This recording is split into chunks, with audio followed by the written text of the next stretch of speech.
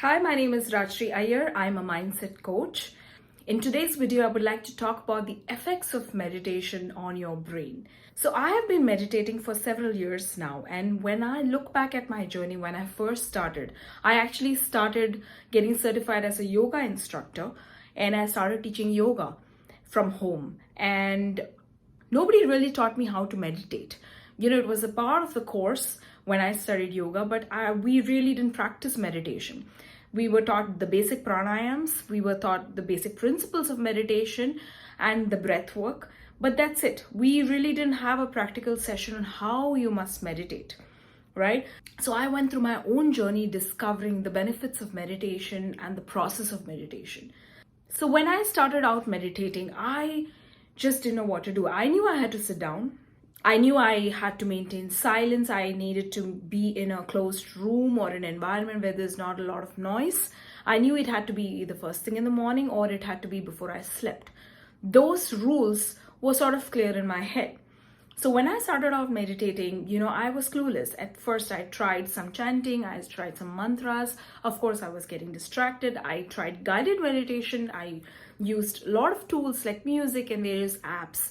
The one good thing I did is I never gave up because I was really not seeing any results.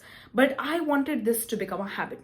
So I took out 10 to 15 minutes every single morning before I could do anything else just to meditate. And slowly but surely, in a few days' time, I was getting a hang of it. Very soon, I knew that I really didn't need the music.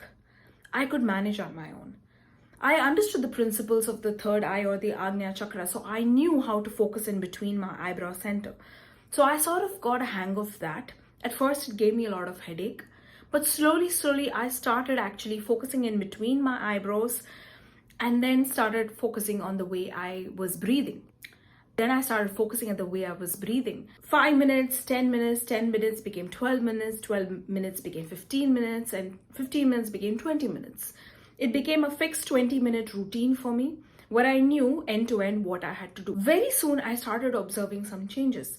Usually, I was actually a very temperamental person. I would get angry, I would get irritated. Even now, I have all those temperaments. Things can rile me up very fast. That was my instinctive temperament, which was sort of wired into my subconscious mind. So I knew what were the things that would exactly irritate me. I knew what would exactly make me angry. But when I started meditating, I started observing a change in my pattern.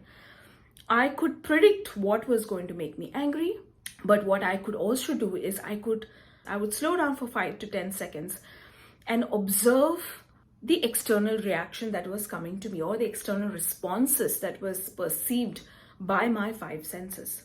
It was coming sort of in slow motion.